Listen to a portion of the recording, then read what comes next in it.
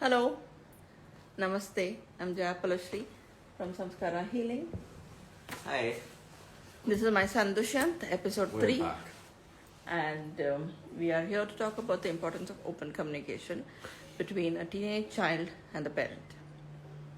So, he has got a lot of questions on the DM, and I'm here to, Your DMs, but yeah. Your account's DMs. yes, but let's kind of focus and see how and what we can do and how we would be able to help. So, Hi, what's that name? How do you pronounce that? can we Someone get said to hi. the point Say and Someone said hi. let's move forward? Yes, we will speak, but let us Okay. move on to the progress. Cool. And so, when we were talking about the kind of importance and what needs to be done, what you need to know is between a parent and a teenage child, there has to be an open communication. And yes, a parent remains a parent, but still you have to move forward to becoming a friend too, and be there for your child in whichever way possible. The fear factor is always there, of moving onto the wrong path, doing the things that they're not supposed to do, getting anxious. I think I'm giving enough and more lectures to him. You have, yeah. And not to get onto the wrong, not to do the wrong, to always be there, to be supportive, to listen to what I'm saying, and things like that. Nevertheless, what I'm saying, what I'm doing, I always kind of try to see how and what way we can help and progress. So in that process, I want to ask Dushyant now, what's your next point about our communication and how do we take it forward, and what better way, or is there some lapse from my side? I don't really think so. I mean, anything that I want to say to you and anything that I have to say to you, I sort of do. I don't think there is any type of lapse per se. And it's always sort of just been like this open line, so nothing particularly. So when you see your peers Right. and you see the kind of thing, I don't want you to pick any names. I'm not asking you to do any such thing. But in general, do you feel that it's more important and essential that this kind of a thing goes out so that more and more people are aware? Yeah, I mean, so I don't want to comment on how my peers are being raised or anything, because I That's feel none to of each- our yeah, it's I not feel- our right to be. Yeah, I saying feel that. it's to each their own, and each Yeah. parent has their own method of I agree. like parenting their child, and they each have their own beliefs which they want to instill in their children. So, in that perspective, I'd say just like I wouldn't want to comment, but then on the perspective of it being on how I've been parented and how I've been raised, I am definitely proud and glad that I have an open communication with you. There might be some parents who feel it might not always be that necessary, but in my perspective, I feel it is necessary for me to have a good communication with you. Of course, this could vary from child to child, parent to parent. I'm speaking specifically. I understand, between the because two here of there us. comes the perceptions, Yeah. there comes the beliefs, there comes the each parent have their own ideology, their own principles, and they would love to raise them as per that. And there is nothing wrong.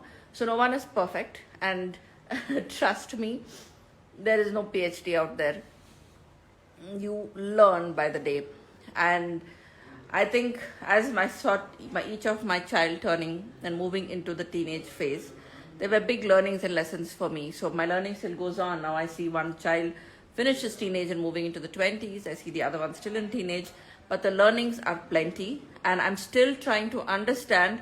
Your other one has moved into 21, into 21 now. Yeah, but yes, so he has moved into the 20s. So it's still a learning. So I can never say that, yes, I've done it all or I'm a perfect parent. But when I see the kind of concerns, sometimes I see in teenagers where they fear to come up to their parents to say something.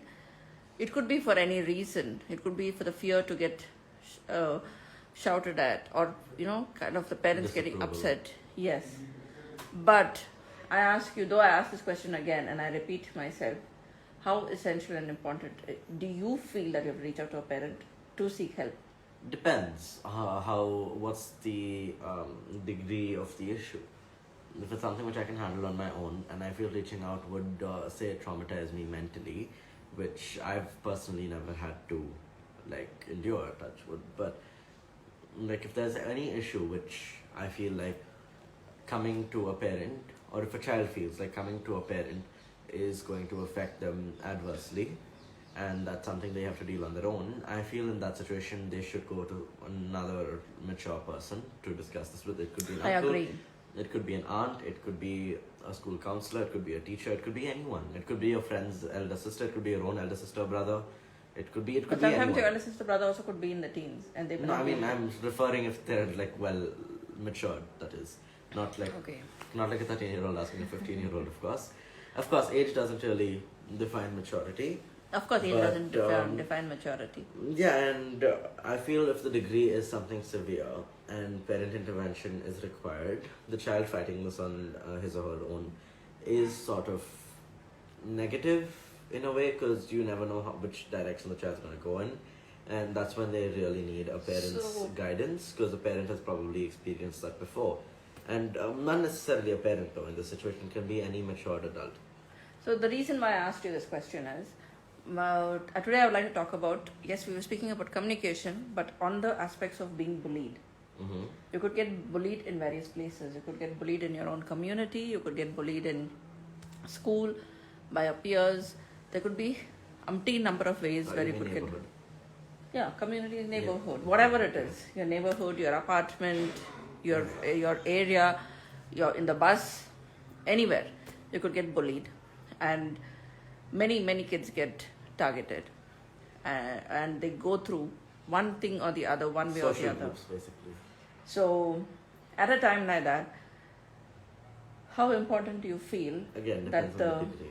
Now, again, this depends on the degree, If but it's something I which- understand that yeah, if it's sometimes something there may be a lapse of communication. I No, understand. lapse of communication But don't you aside, feel but it is important? for the parent to know? Yes, because Fair enough. my but, argument will be for you is no matter how strict a parent is or how disciplined and principled a parent is, a parent will know what's best for their own child, right? Not necessarily. It Of depends course, on, I bet you differ on this. What I'm saying is, what if it's an abusive parent? Like you're speaking in the case of it being a healthy parent, like Yeah, child relationship. I'm speaking or on the point whatever. of a healthy parent. But I'm saying, what if it's an abusive parent? So you can't always say that for every See, if kid. it is an abusive parent and if he or she is going through something at home, then they Social obviously security, but we in India we'll have to go to a counselor, or there are helplines to go and reach out I and mean, yeah, in abuse, they sort of have to go to a helpline legally. yes, But, and get seek help. But I'm talking about normal scenario, normal homes. I'm giving both Yeah, examples, but I'm just focus talking on in. now. Okay, sorry, I'm not supposed to use the word normal for my son. I'm really sorry. I'm just talking in a general scenario. General is Yeah. fine. Yeah, general is- Sorry. So general common scenario. I'm sorry. Please take that out. I've said that. Okay. So in a thing where everyone's fine, but yet the parent is strict. Mm-hmm.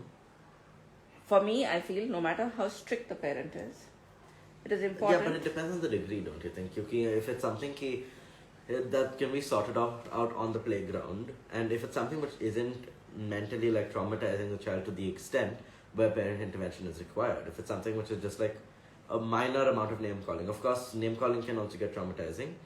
It very much can. It depends on also child to child. labeling also can happen Yes, with that. definitely. But if it's something which is very mild, then it can also be something that happens in the playground and stays on the playground. But if it gets serious, or if say the child is actually getting disturbed by what's happening, they have to seek help of an adult. And now in this case, I wouldn't always say parent. I just mean help of a responsible and trustworthy adult. So here I don't want to differentiate, which I know again you're going to pounce on me if I do, between boys and girls, each one to themselves. But even if it's a boy, and here I'm not talking in your whatever your language, I'm just generally saying because your language is difficult for me to understand. I think It's fine, but you take the effort to learn, so it's good. But in a situation, You mean terminology, though, but okay. terminology. So in that aspect like that, how important and essential is it? I feel, be it a boy or a girl, no matter what it is, at least the parent has a right to know, is my thought. Yeah, as a but parent. then that gender has nothing to do with No, it. 1 second. I'm saying it further. So sometimes they are raised to believing that boys should know how to be strong and how to be, independent, and they should know how not to kind of get into a zone of crying or not do something. See, again, A lot of do you think that endorses toxic masculinity? Yes, it does, but it is also there. We cannot deny it. So in a Okay, situation like that, don't you think it's fine even if it's a person like that? It's essential that they reach out if need be, especially if it's going off the brink. If it becomes I mean, if difficult. the child actually is finding it traumatizing, even if it is a boy who was raised to believe that boy shouldn't cry, that boy should like go home and tell his or their parents, whatever the pronouns are, to address the issue. And okay, fair enough. There are cases where toxic masculinity is endorsed from when children are born.